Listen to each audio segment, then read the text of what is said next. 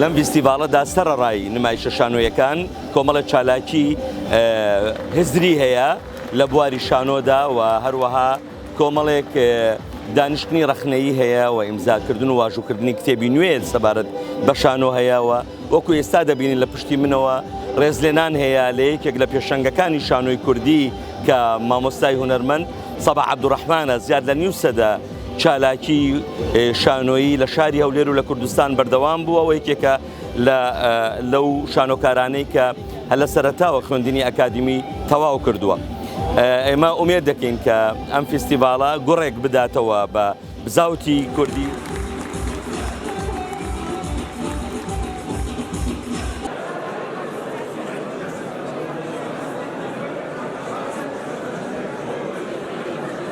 حاز شانۆگەری بەشداری تێدا دەکات لە نۆ دەوڵەتی جیاوە هاتوون لە ئەوروپا و ئاسیا و ئەفریقیا کە رووسیا و ئۆکرانیا و مەسر و تونس و سووریا و ئوردن و سەڵتەنەی عومان و ئیران و عێراق و هەرێمی کوردستانی تێدایە. ئێمە زۆر زەخت لەوەی دەکەینەوە کە ئەو شانۆگەریانەی بەشداری دەکەن تەمسیلی وڵاتی خۆیان بکەن، یعنی بۆ نمونە سووریا بە سووری بیتن، ئێران بە فارسی بین. شانۆگەریمان هەیە لە هەولێر بەشداری دەکاتن، باز لە شەڕی داعش و هەڵا ڕاکردنی ئەو خەڵکە دەکات لە دەست زوڵم و زۆرداری و پەڕینەوە لە ئاوی ئیجزە و ئیتر کۆمەڵە گرفتێک هەیە کە باسی لێ دەکرێت. ئەمە لە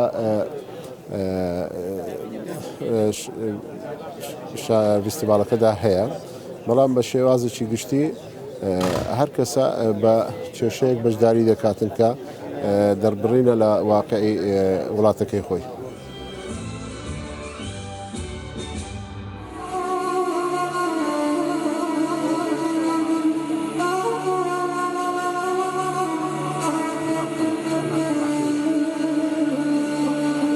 دوای ئەوەی کە چەند ساڵێک ئێمە دابڕین بەهۆی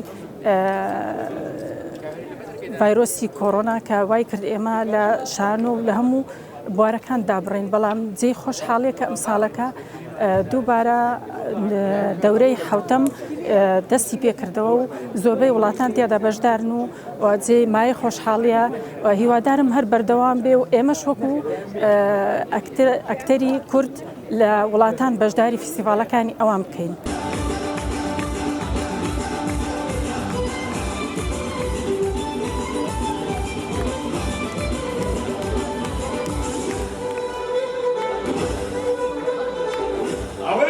زۆرە میری فەرەنسا و بێرگەندی لە بلبلانەیەکی سەختان هەلەم بۆنەیە وەڵامی هەردووکیان ئەینەوە.